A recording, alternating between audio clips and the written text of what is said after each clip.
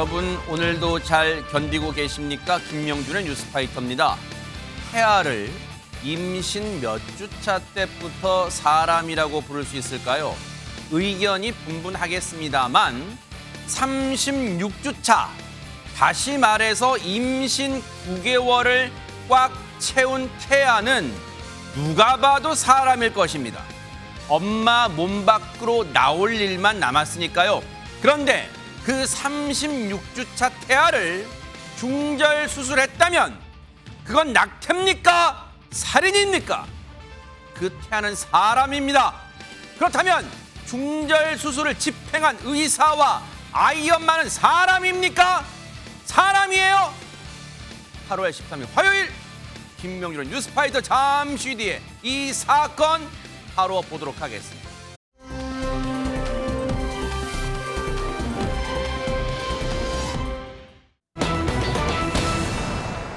설마 했는데 알고 보니 경악스럽고 끔찍한 사건이었습니다. 이담 아나운서.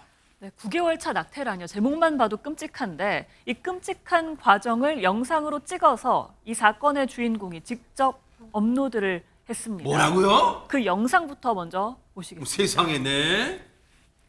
네, 한 임신부가 만삭인 배를 어루만지면서요 동영상을 촬영을 합니다. 네. 어느 임신부의 일상 기록처럼 보이지만요. 실상은 임신 36주 차라고 주장하는 한 여성이 태아를 낙태하기 직전이라며 SNS에 올린 영상입니다. 세상에. 초음파 속 태아 심장도 잘 뛰었고요. 그러니까요. 갈비뼈까지 선명하게 보일 정도로 아기의 모습을 갖춘 상황이었습니다. 네. 여러 병원 상담을 거쳐서 결국 900만 원을 들여 중절 수술을 받았다는 이 여성은 배가 불타는 것 같고 칼로 찢기는 기분이라면서 고통인 상황을 자세하게 말하기도 합니다. 아니 지금 이게 영상이라고 낙태 직전에 올린 영상이라고 주장하지만 박성배 변호사님 저 조작된 거죠? 저기 잘못된 거죠? 제발 그렇다고 말 좀 해주세요 진짜. 이 영상이 공개되자 배가 나온 여성의 자작 영상이라는 의심도 나왔고 한편으로는 살인이라는 비판도 쏟아졌습니다. 그러자 여성 영상을 삭제하고 SNS 계정을 바꿨는데 네. 그 이후로도 조작인지 여부를 두고 많은 분들이 궁금해했습니다. 그런데 네. 보건복지부의 의뢰를 받고 수사에 착수한 경찰 그동안 여성과 병원을 특정하고 압수수색을 실시해봤는데 그 결과 네.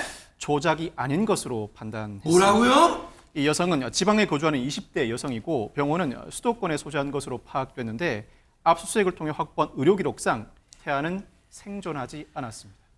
태아가 생존하지 않았다는 아까 영상에서는 복중의 태아가 심장도 뛰고 있고 그리고 이 희미하지만 형체가 보였잖아. 근데 그러면 지금 전염병원 태아가 지금 형체가 없단 말이야. 지금 어떻게 된 거예요? 지금 죽었단 말이에요? 지금 뭐 사망했단 말입니까? 뭡니까 이게 지금? 예, 그런 것으로 추정이 되는데 어쨌든 이 상황을 보면서 많은 분들이 참 씁쓸하고 답답하고 그러실 겁니다. 물론 모든 병원이 이렇게 하는 것은 아니겠죠. 대다수의 병원에서 이 여성이 어떤 낙태를 하려는 것, 이제 임신 중지라는 말을 쓰기도 하는데요. 이런 것을 거부했었다고 합니다. 36주 차면은 보통 9개월, 4주부터 우리가 보통 한다라고 하니까 거의 뭐 형태도 다 잡히고 우리가 만삭이라고 해도 이상하지 않을 정도니까요. 그러니까요. 근데 이 여성이 좀 기괴한 행동을 많이 합니다. 이런 스토리를 공개한 것도 이상하지만 어쨌든 무슨 심리인지 낙태 시술을 거부하는 병원을 방문했던 장면도 본인의 영상에 올렸다고 합니다. 뭐라고요? 한번 그 상황 좀 짚어보겠습니다. 네네. 봐요. 이 심장도 뛰잖아, 봐. 이거 모르고 약 먹고 이런 거 없었어요. 약 먹어서 이 정도는 나아야 된다, 한다고. 못지아야.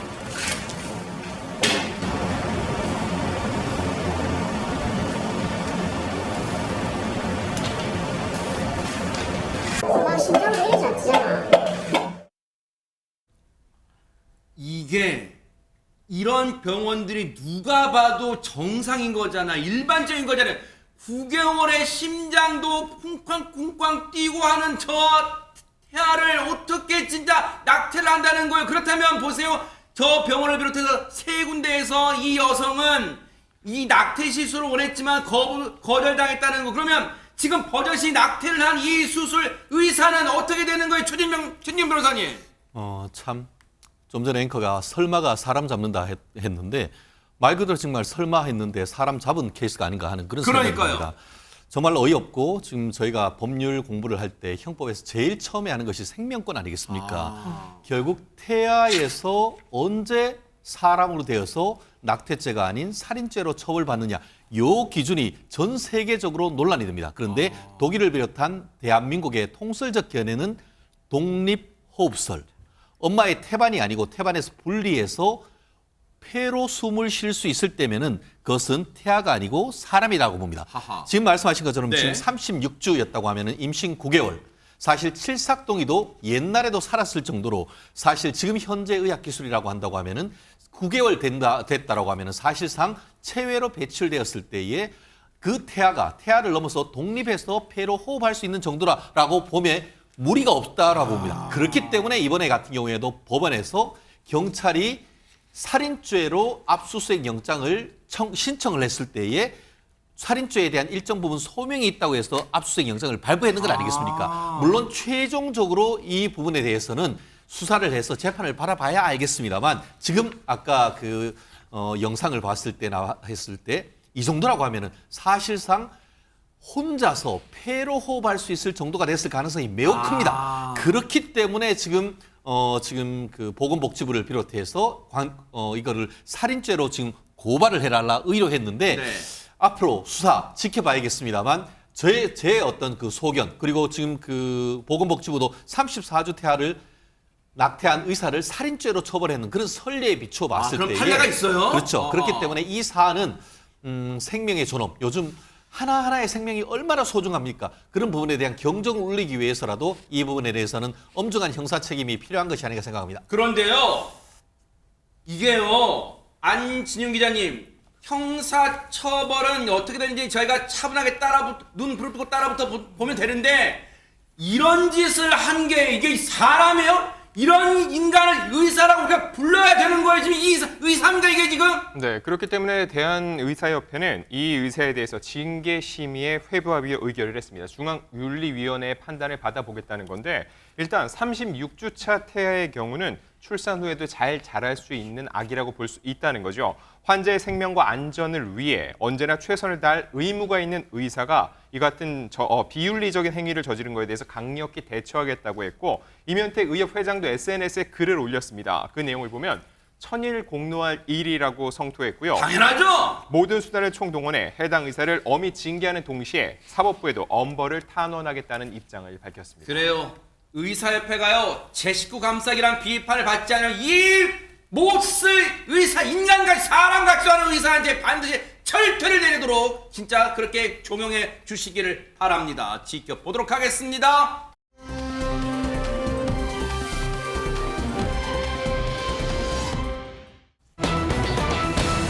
자, 분위기 좀 바꿔볼게요.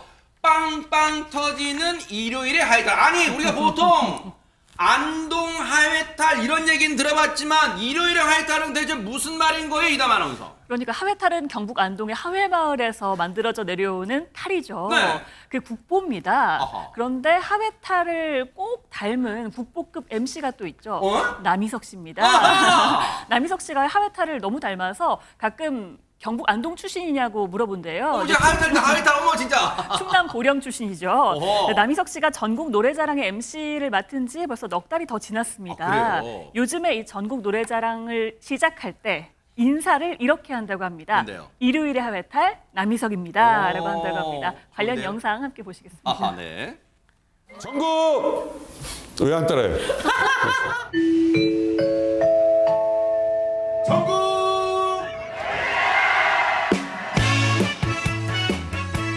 송혜 선생님을 추억하는 분들이 많아서 송혜 선생님 기본을 한번 따라해보자라는 생각으로 세상에서 가장 무거운 마이크를 잡았구나라는 생각이 들었어요. 근데 감당해야죠. 나도 나이가 들면 언젠가는 저 무대에서 마이크를 잡아야지라는 생각은 머릿속에 계속 가지고 살았던 거죠. 예. 부담감을 안 느낀다면 거짓말이지만 그렇다고 해서 MC가 그걸 부담감 느끼고 불안해 보이고 하면 안 되기 때문에 그거는 한 3회째부터는 좀 되게 마음이 편하게 녹화를 했어요. 사실 과장을 조금 섞으면 이제 막 태어난 아이들 빼놓고는 전현 평론가님 실로폰 소리 딩동딩동 전국 노래자랑 이거 진짜 모르는 분 없을 거예요 진짜.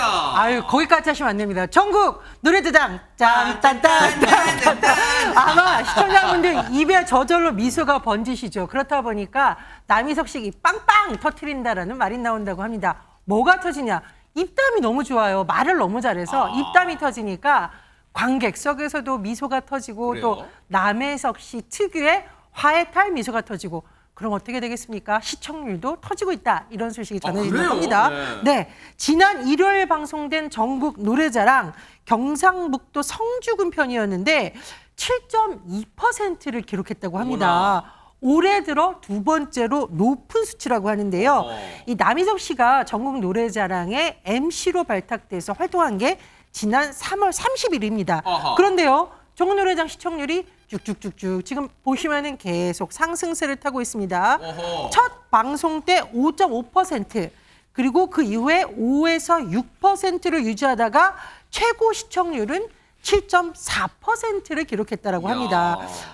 진짜 남희석 씨 집에 가서 혹시 춤추시는 거 아닌가 싶은데 어쨌든 굉장히 시청률이 안정적으로 상승세를 보이고 있어서 앞으로 더 올라갈 수도 있다. 이런 기대감도 나오고 있다고 하네요. 사실 진짜 그래요. 안지용 기자님 이 방송을 진행하는 분들 입장에서는 시청률이라는 게 새벽에 눈 뜨자마자 조심스럽게 열어봐야 되는 막 진짜 그런 거잖아요. 진짜 살 떨리고. 남희석 씨라고 왜 이게 긴장되지 않았을까요? 사실 이 송혜 씨가 하차한 다음에 김신혁 씨가 맡았을 그 직후에는 최초의 여성 진행자라는 것 때문에라도 굉장히 화제성 때문에 시청률이 높았는데 그 이후에는 많이 하락했다는 거죠. 아하. 그래서 5% 안팎에 그쳤는데 네. 결국은 1년 5개월 만에 하차를 했거든요. 이에 대해서 많은 논란이 있었습니다. MC 한 명에게 모든 책임을 전가할 수는 없지만은 이게 너무 갑작스러운 MC 교체 아니냐라는 반발도 심했습니다. 아하. 이런 상황 속에서 남희석 씨가 후임 MC로 발탁됐기 때문에 그 부담감이 상당히 컸다는 거죠. 근데 생각해보면 여름철이 통상적으로 시청률이 좀 감소합니다. 그 이유는 휴가철이기 때문에 집에서 TV를 보지 않고 외부로 나가는 분들이 많기 때문이라는 거죠. 그런 시기 속에서 오히려 6에서 7%까지 시청률을 올렸다는 것을 굉장히 이거는 고무적이라고 볼 수 있는데 남희석 씨 입장에서는 이렇게 일합니다. 네. 이분이 안동 출신 아니지만 충청도 출신이라는 아하. 거죠. 그렇기 때문에 조금은 기다리고 느긋하게 1년 정도를 바라보려고 하는데 본인 입장에서는 굉장히 길게 바라고 이제 첫 술이라는 거죠. 근데 첫 술에 배부리래야 하지만은 아하. 첫 술을 크게 뜨면 배가 부를 수도 있겠죠. 아하. 일단은 7%까지 시청률을 끌어올렸기 때문에 보다 좀 느긋한 마음으로 장기 플랜을 갖고 프로그램을 진행할 수 있는 발판을 마련한 셈입니다. 이 충남 보령 출신이신 게 딱 들어맞은 거예요. 시청률 너무 연연하지 말고 좀 기다려 보령. 너 그러면서 계속 시청률 올라간 거 아닌가 생각도 드는데 우리 대구에서는 이 박선배 변호사님이 전국 노래자랑 조만간 나가신다는 얘기 있어요. 교수 전문인데요. 네. 제가 교수 전문인데 저도 어릴 때부터 전국 노래자랑은 일요일마다 종종 즐겨 봐왔는데 이 출연자들의 끼와 실력을 제가 어떻게 감당하겠습니까? 그분들께 모든 것을 내가 두겠습니다. 남희석 씨가 전국 노래자랑에서 왜 큰 인기를 끄는가 크게 세 가지 이유를 분석해 볼 세 가지 수 시기가 있을 것 있어요. 같은데 네. 먼저 역대 진행자 중에 처음으로 예심을 챙긴다고 합니다. 사실 방송에 보여주는 모습은 본심입니다. 그런데 그 이전에 진행되는 예심부터 챙긴다고 하고 바쁜 연예인이 예심까지 챙겨요? 지방에 미리 내려가서 그것도 일정이 1, 2주 적어도 한 달 전에 진행되는 것으로 알고 있는데 그 시간까지 쪼개서 모든 절차를 다 챙긴다고 봐야 할 것 같습니다. 이뿐만 아니라 참가자들을 돋보이게 하는 특유의 편안한 진행이 빛을 발하고 있는 것으로 보이고 마지막으로 충남 보령 출신답게 충청도식 화법으로 웃음을 유발한다고 하는데 이 남희석 씨의 충청도식 화법이란 말이 끝나고 1.5초쯤 뒤에 청중이 크게 웃는다는 화법이랍니다. 예를 들어보면 네. 경기 시흥시편에서 전직 골프장 주방장이었다는 한 참가자가 이런 얘기를 했다고 합니다. 뭐라고요? 장보기 하고 음식하고 아내가 맛있는 거 먹는 거 보고 설거지까지 다 해야 진짜 주방장이다 이런 말을 했다고 하는데 네. 그 말을 들은 남희석 씨가 우리 아버지도 23년간 중식당을 운영해 왔는데 지금도 요리, 설거지, 청소, 빨래를 다 하신다. 그래서 엄마한테 아니 엄마는 아무것도 안 해요? 라고 물어봤더니 엄마가 네 아버지 오래 살라고 기도하자니요. 라고 네, 정확히 1.5초 만에 진짜 웃게 되네요. 네. 자, 그런데 예심까지 챙긴다는 이 남희석 씨 MC로서 정말 하기 힘든 일이잖아요. 근데 예심을 챙길 때 있었던 크고 작은 재밌는 일들은 없을까요? 들어보시고 이어가 보도록 하겠습니다. 예심을 제가 한 두어 번 가봤더니 2차 예심 때까지 한 300팀 넘게 보통 보시더라고요. 예를 들어서 칠갑산인데 칠갑산의 콩 위치에 따라서 노래를 알잖아요. 그러니까 콩 하면 망하는 거고 이제 공 하면 너무 낮은 거고. 근데 1분 정도 이상을 들으시는 거예요.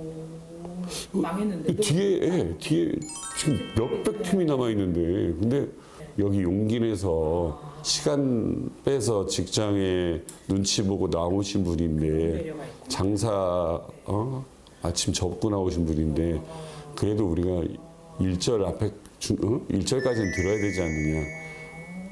참 멋진 프로그램이라는 생각이 들었어요. 전국노래자랑 하고 나서 최고의 변화가 아내가 아침밥을 해주기 시작했어요.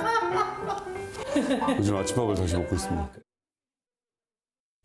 진짜 핵심적인 비유로 딱 설명했네요. 콩밭하고 콩밭 적절한 콩밭맨 이거 잡아야 된다는 건데 근데 천년문 선생님 이거랑 이 전국노래자랑 MC를 맡으면서 아내분이 아침을 챙겨준 건 무슨 상관이에요? 상관이 있죠. 왜요? 쩐이 들어오나. 아하! 네네. 이게 시청률이 쭉쭉 올라서 그런가요? 아무래도 사실 일주일에 한 번 하는 것 아니겠습니까? 네. 그럼에도 불구하고 전국 MC, 대표 MC이기 때문에 돈과 상관없이 사실 방송하는 사람이라서는 김병준 앵커님도 죄송합니다. 뭐 MBN에 계속 계셔야 되는데 그만큼 모든 방송인이 노릴 만한 자리가 바로 국민 MC, 지금 전국 노래자랑 MC 아닙니까? 누군가 해보고 싶은 거야 진짜. 그러니까 내 남편이 나가서 대한민국의 대표 MC로 하니까 매일 아침밥을 챙겨주기 시작했다랄 만큼 세상에. 기분이 좋았던 것이 아닌가 싶고 더불어서 출연료도 이게 출연 어떻게 보면 시청률이 높아지니까 출연료도 더 주면은 더 좋겠습니다만 네. 어쨌든 저도 일부 제 방송도 진행하면서 항상 느끼는 부분이 네. 이 남희석 씨가 얘기하는 건데 참가자들이 돋보여야 한다. 이 철학 저는 제 귀에 쏙 들어간 것 같습니다. 그러니까 진행하는 사람이 중요한 것이 아니고 나오시는 분을 어떻게든 돋보이게 하는가 그런 철학이 오늘의 어떻게 보면 남희석 MC를 만든 것이 아닌가. 우리 불량 욕심 낸다고 하죠. 그렇죠. 자기가 많이 나와야죠. 네, 그렇기 때문에 그런 부분에 있어서 정말 자기를 절제하는 그런 모습이 제 사실은 동갑이에요. 친구고 그래요? 방송도 네. 하는데 역시 제가 좀 어리바 동갑이지만 방송엔 선배로서 굉장히 많이 배우는 것 같습니다. 더불어서 이런 얘기도 했다고 합니다. 나는 TV 안 나오던 애니까 출연자들 좀 얼굴 많이 내주세요 했더니만 PD가 1시간 내내 자기 얼굴 딱 3번 보여준 그런 케이스도 있었다고 합니다. 네, 그게 바로 이 송혜 선생님이 했던 그 길을 따라한대요. 남희석 씨가 정말로 멋지지 않습니까? 정말 자신보다는 출연자들을 돋보이게 하려는 그 노력과 정성 덕분에 시청률도 고공행진하는 거 아닌가 그런 생각 해봅니다. 앞으로도 열심히 뉴스파이터도 응원해 보도록 하겠습니다.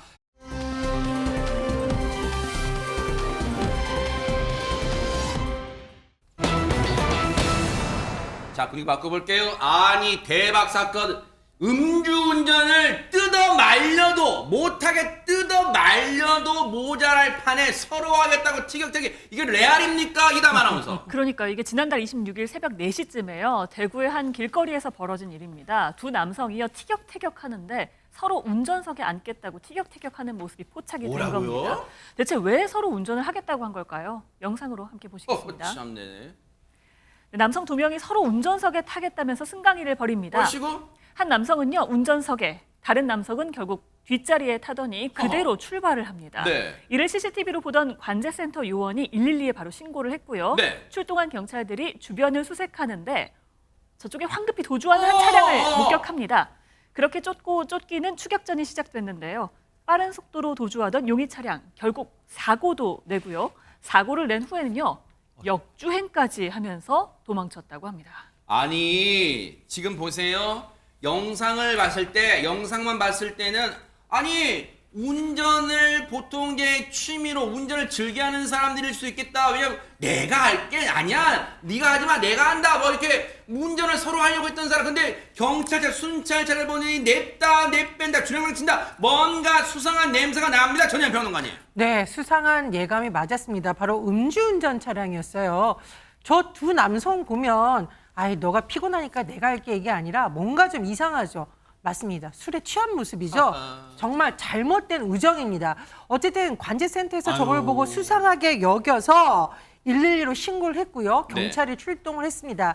그런데 저렇게 주랭랑을 친 거죠. 네. 뺑소니를 치고 있는데 경찰의 추격을 피해가다가 어떻게 됐습니까? 결국은 좌회전 신호 대기 중인 다른 차량을 들이받고 여기서 멈춘 게 아닙니다. 사고를 낸 후에 어떻게 하느냐?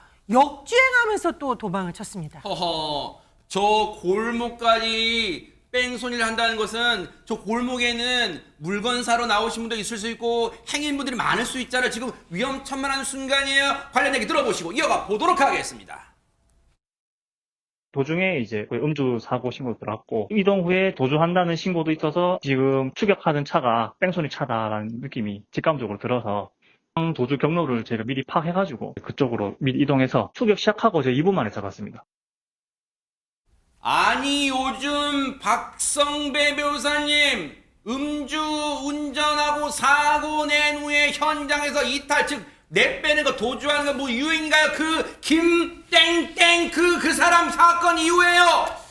인근 도로에서 뺑소니 사고 신고가 접수되자 일대의 모든 순찰차 바로 그 음주 용의 차량일 것이라고 직감하고 사고 현장으로 모여들었습니다. 특히 예상 도주 경로를 미리 파악하고 지키고 있었는데 지역 경찰은 일대 지리에 매우 밝습니다. 도주한다는 것 자체가 사실상 불가능합니다. 아하. 결국 경찰 등 호위망을 점점 좁혀가 음주 용의 차량을 발견했고 음주 뺑소니 범을 검거하게 되었는데 안 잡힐 거라 생각하고 도주하는 것 자체가 사립 판단이 정상적으로 이루어지지 않은 것입니다. 사실 애초에 사립 판단을 제대로 했으면 음주운전 시도도 하지 않았겠죠.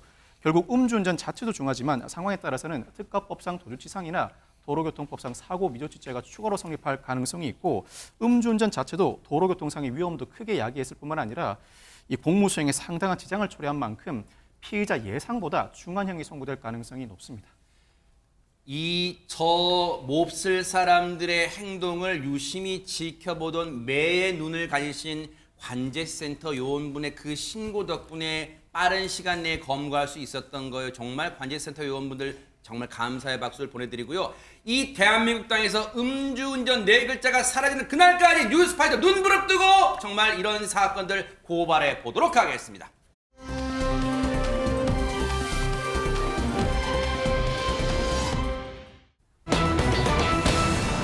아니 괴한을 만난 사람이 아니라 괴한들이 주랭랑 친다. 이거 뭐가 잘못된 거 아닙니까, 안지용 기자님? 네, 경기도 평택의 한 금 거래소에서 황당한 일이 벌어졌습니다. 요즘 금 3.75g 한 돈에 41만 원이 넘습니다. 어머나. 그야말로 금값이죠. 언제 조사하셨어요? 그래서 네. 이게 항상 좀 관심을 갖고 지켜보고 있습니다. 네네.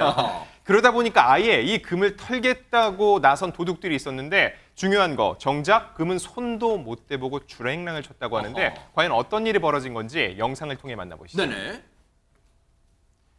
헬멧을 쓴 남성 2명 오토바이를 타고 인도를 달리다 한 금거래소 앞에서 멈춰서고 지금 보시는 것처럼 둔기로 가게 유리창을 사정없이 내리치기 시작하는데요. 뭐예요? 자, 저렇게 문은 깨져버렸습니다. 어머나. 그리고 불과 9초 만에 유리창을 깨고는 가게 안으로 진입하는 모습입니다.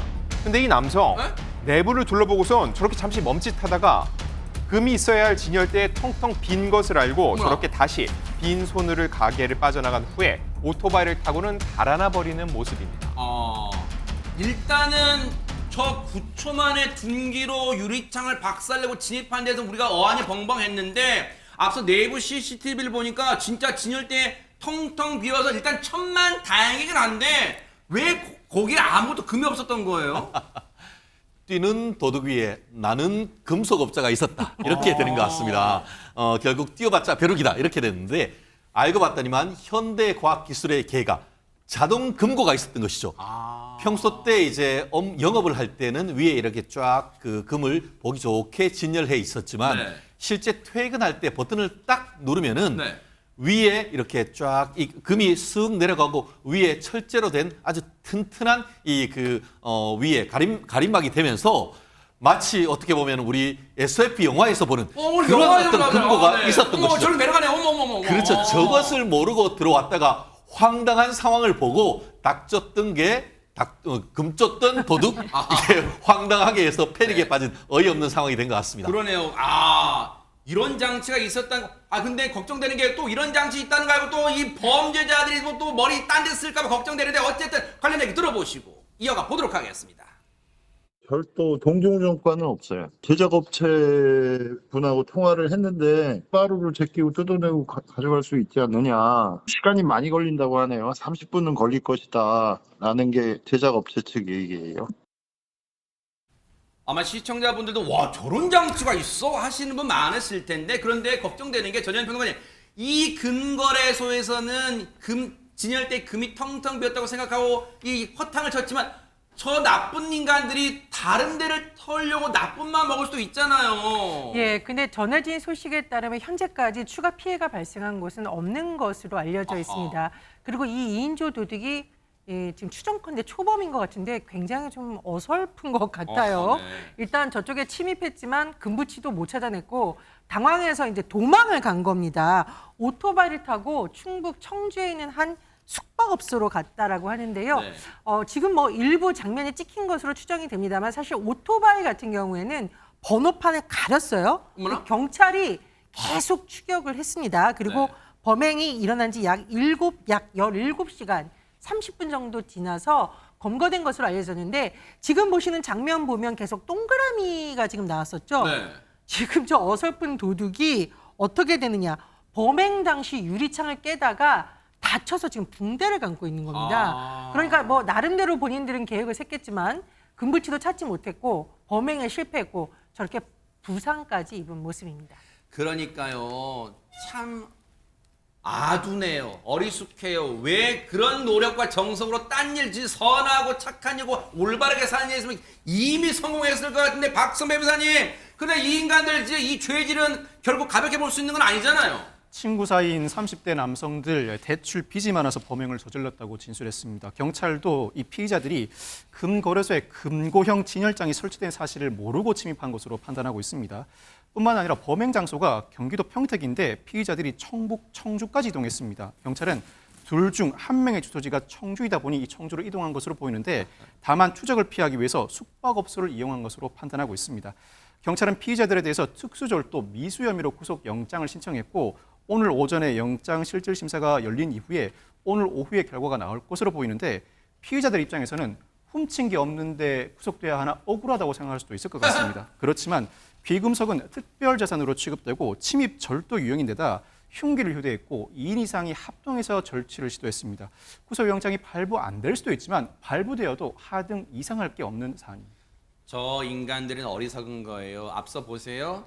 저 둔기로 저 금거래소의 유리창을 두꺼운 출입문 유리창이었을 거 아니에요. 누가 봐도 그 출입문이. 근데 그걸 9초 만에 깼어요. 그럼 보세요. 그 노력과 번개 같은 속도로 다른 올바른 일 한다면 보세요. 저는 청소를 번개같이 할 수 있습니다. 좀 일만 시켜주십시오. 그렇게 했으면 진작에 일자리도 구했을 거 아니에요. 좀 제발 이번에 죄값을 달게 받고 반성하는 삶을 살기를 좀 기대해 보도록 하겠습니다.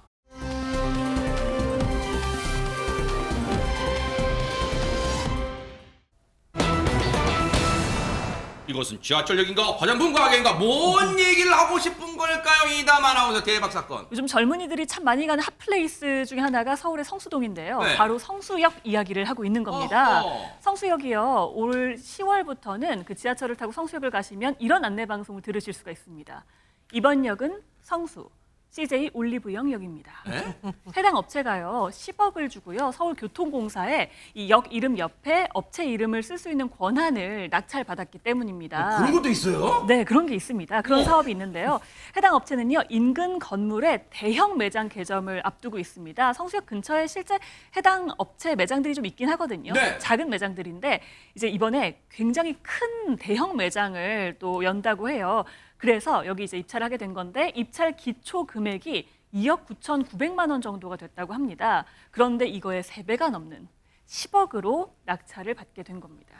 아니 박성배 변호사님, 시청자분들 중에는 아니 성수역은 성수역이지 왜 업체가 하도 많은데 저 업체만큼만 줘야 하는데 이걸 낙찰 돈 낙찰가를 써고 낙찰받는다고 처음 하신 분도 많으실 것 같아요 진짜. 나름의 사정이 있습니다. 서울교통공사가 재정난에 시달리면서 2016년부터 영명 변기 사업을 시행하고 있는데 이 영명 변기는 기존 영명에 부영명을 추가로 기재하는 사업입니다. 이 서울교통공사가 입찰을 실시하고 기업이나 기관이 참여해서 낙찰을 받는 형태로 사업이 진행되는데 서울시내 기준 기업이나 기관이 역에서 1km 이내에 위치하고 있어야 하고 한 번 낙찰받으면 재입찰 없이 한 차례 3년 계약 연장도 가능하다고 합니다. 이번에 성수역 외에도 강남역은 치과가 11억 1,100만 원의 낙찰을 받았고 여의나루역은 증권사가 2억 2,200만 원의 낙찰을 받았습니다. 역마다 좀 다르네요 또 낙찰가가. 그렇습니다. 그리고 많은 분들이 이미 인지하고 계신 것처럼 이미 종강역이나 을지로 입구역에는 은행 이름이, 해화역에는 병원 이름이, 압구정역에는 백화점 이름이 병기돼 있습니다. 어머나. 이번에 10개 역에 대해서 입찰을 진행했지만 낙찰되지 않은 사당역, 종강역, 신림역 등 나머지 6개 역이 있습니다. 이 나머지 6개 역에 대해서도 이달 안에 재공고할 계획입니다. 어머나, 지금 박성배 변호사님 설명 들으니까 우리가 그냥 무심코 지나쳤던 그 기존의 역에도 부영명, 다른 이름, 이제 부차적인 영명이 따로 있었다는 걸 또 처음 들었는데 오늘부터 퇴근하실 때 아마 들어보실 것 같은데, 근데 앞서도 얘기 나왔지만 전현 평론가님, 왜 낙찰가가 역마다 다른 거에 뭐 이게 뭐 노른자 땅이라고 그러고 뭐 그런 거 있어요? 뭐예요?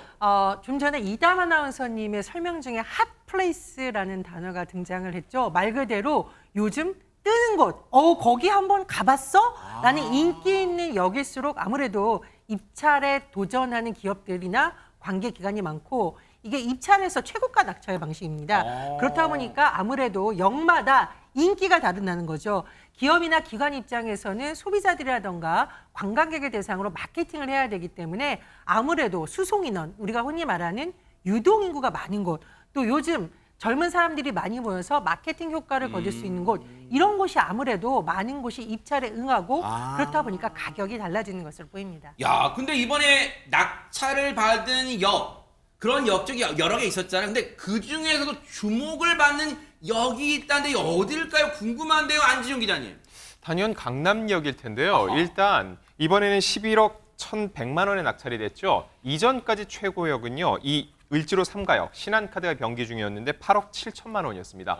그럼 강남역이 왜 그리 비쌀까? 지난해 1월에서 4월 일일 평균 15만 명이 움직여서 유동인구 1위였습니다. 가장 많은 사람에게 노출되니 비싸겠죠. 자, 근데 중요한 거. 네. 이번에 치과 이름이 그 병기가 되는데 중요한 거는 이 치과가 그룹 자우림 아실 겁니다. 예, 보컬 김윤아 씨의 남편인 VJ 출신 치과의사인 김영규 씨가 수석 원장으로 근무 중인 곳이라고 알려지면서 맞아요, 네. 그렇습니다. 이런 또 내용 때문에 더욱더 화제를 모으고 있다는 거죠. 머리도 굉장히 좋으신 걸로 막 예능 프로그램 나왔던 걸로 막 기억하는데 대박 사건. 아니 근데 그러면 이담 아나운서, 지금 김영규 씨가 강남역에 지금 11억 넘는 그 통큰 투자를 한 거다, 뭐 그런 거예요 지금? 그렇게 전해졌었거든요. 네. 그런데 사실이 아닙니다. 네? 근데 김형규 씨가 그 해당 치과를 운영한다고 전해졌었는데 운영하는 건 아니고요. 좀 전에 안진용 기자께서 얘기해 주신 것처럼 수석 원장으로 일을 하고 있습니다. 해당 병원 홈페이지 들어가 보니까요. 대표 원장이 2명, 수석 원장이 15명 정도 되더라고요. 그 15명 중에 1명으로 수석 원장으로 근무를 하고 있고 월급 받으시는 분이다 이거죠? 네, 아내인 김윤아 씨도 바로 그와 관련해서 해명을 했습니다. 네. SNS에 글을 올렸는데요.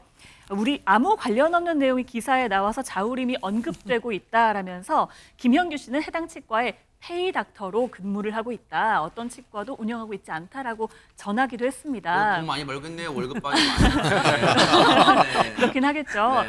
그래서 이제 김윤아 씨 부부의 수입에 대해서 사람들이 굉장히 관심을 갖기 시작한 거예요. 네. 근데 과거에 김윤아 씨가 한 유튜브 방송에 나와서 인터뷰를 한 것 중에 질문이 치과 의사인 남편 때문에 안정감 느끼냐라는 질문이었는데 그 질문에 김윤아 씨가 이렇게 얘기했습니다. 뭐라고요? 처음 만난 순간부터 오늘까지 단 한 번도 김영규 씨의 수입이 내 수입을 넘은 적이 없다. 대박 사건! 유윈 대박 사건! 대박 사건! 와. 김영규 씨가 안정감을 얻고 있을 것이다라고 얘기했는데요. 실제 김윤아 씨가 이제 곡도 쓰잖아요. 저작권 협회에 등록된 곡만 290여 곡이 된다고요. 와, 유윈 진짜 지존이십니다. 진짜. 그런데 지금 이제 이 지하철역 이름을 낙찰받은 기업이나 뭐 은행이나 증권사나 또 이런 병원 같은 데는 광고 효과가 만만치 톡톡이 누를 텐데 이를 바라보는 시민들 또 네티즌 분들의 입장은 뭘까요? 그렇습니다. 사실 제가 대학교 다닐 때만 해도 2호선에 보면은 이대역, 홍대역, 서울대 입구역, 뭐 서강대역 해서 학벌 중심 사회 같은 것들을 느낄 수가 있었는데 이제는 기업 중심 사회, 그만큼 대한민국의 이 경제가 발전하고 있다는 것을 보여주는 하나의 실례가 아닌가 싶은데 이 부분에 대해서 긍정적으로 보는 시각과 부정적으로 보는 시각이 지금 여전히 두 개 다 상존하는 것 같습니다. 사실 해외에서는 이런 케이스가 적지 않죠. 아예 기업 그 길 자체를 누구누구 스트리트 뭐 이렇게 하는 케이스도 있지 않습니까? 그렇기 때문에 아주 좋은 아이디어다. 특히 뭐 지금 그 지하철 공사 같은 경우에는 이 그 적자가 크다는데 이런 것으로 해서 메꿀 수 있다고 하면 또 좋은 것 아니냐 하고 생각하는 반면에 분명히 서울대 입구역이라고 내렸는데 서울대가 없어. 한마디로 그 지역을 대표하는 기업이라고 하지만 거리가 1km나 떨어져 있으면 내렸지만 바로 갈 수가 없는 것 아니겠습니까?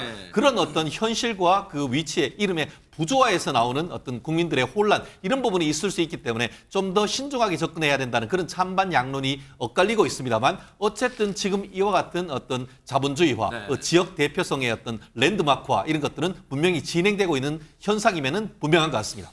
고육 측에서 나온 거지만 어쨌든 당분간은 이 해당 역을 지나실 때는 좀 조금만 주의를 해서 역 이름을 들으셔야 될 것 같다 이런 생각도 해봅니다.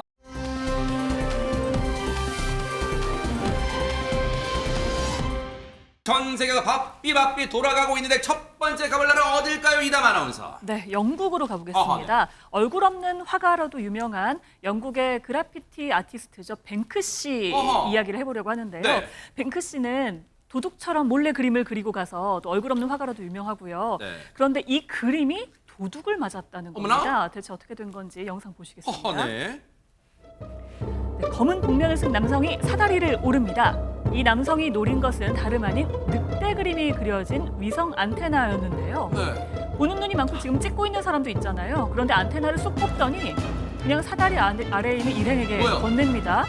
이 일당은요, 떼어낸 안테나를 들고 그냥 그대로 달아났습니다. 아니, 떼어낸 안테나라서 때로 움직이는 거예요. 박성배 변호사님, 근데 보세요. 저 중에 어떤 게 뱅크시의 작품인 거예요? 이 복면 남성 일당이 훔쳐간 곳 바로 얼굴 없는 화가 뱅크시의 동물 시리즈 4번째 작품 늑대입니다. 늑대의 모습을 순간적으로 보셨을 텐데 이 뱅크시가 최근 런던에 매일 한 작품씩 동물 벽화를 남기고 있습니다. 지난 5일에는 남서부 리치먼드 건물 벽에 염소를 그렸고 6일에는 런던 첼시 주거용 건물에 2마리의 토끼리를 그렸으며 전날에는 런던 동부 기차다리 벽면에 원숭이 3마리를 그린 바가 있습니다. 이어서 뱅크시가 자신의 SNS에 늑대 작품을 올렸는데 마치 범인들이 기다리고 있었다는 듯이 올린 지 약 1시간 만에 절취해 간 것입니다. 백주대낮에 복면 남성 일당이 작품을 훔쳐 달아가는 모습, 지나가던 행인의 휴대전화에 그대로 담겼는데 경찰이 아직 범인을 검거하지 못했습니다. 한편 뱅크시 아직 이 사건에 대해서 별다른 입장을 내놓지 않고 있습니다. 저 인간들은 반드시 잡아야 돼요. 왜냐하면 저 작품 뱅크시가 많은 사람들이 보고 즐거움을 느끼라고 한 거잖아요. 반드시 검거했다는 소식 들려오길 바랍니다.